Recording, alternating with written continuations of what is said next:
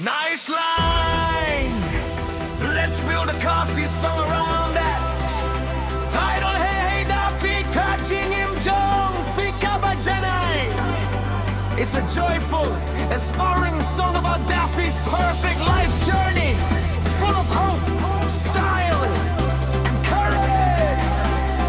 Hey Hey Daphi, Jing Jong, janai.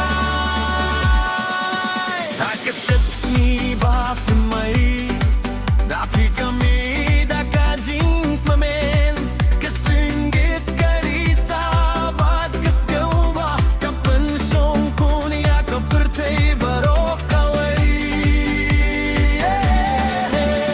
kaperkat bajingin kadai kajingai amdai tang kasap hundai kajing stat kajai kasur banimda kajingi kalalong kajingi kai kabangit hey hey Daphi kajingin jong pika bajanai kalong kum kaski balawana bengay kiting sain kum kaksiara kajing thaba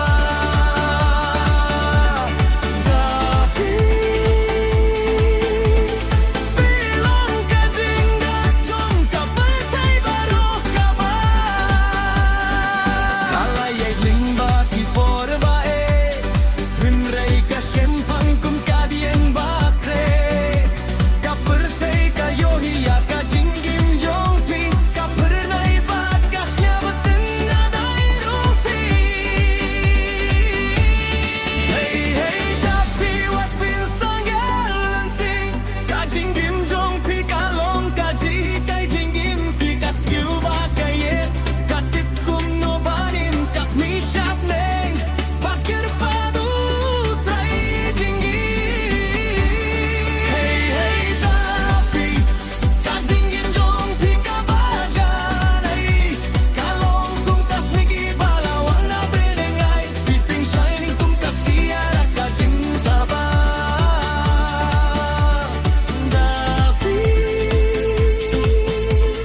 pilong kajing menjong kapertay barok kaba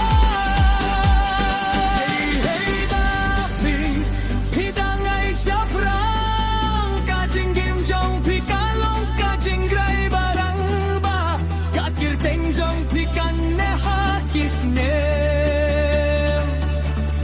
Daphi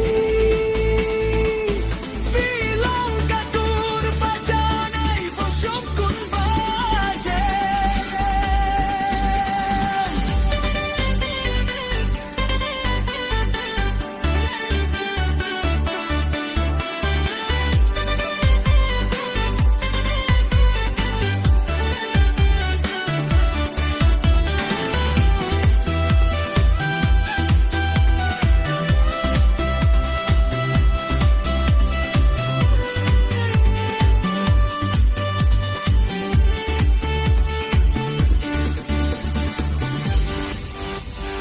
Hey, would you like me to make this one sound like a modern pop song?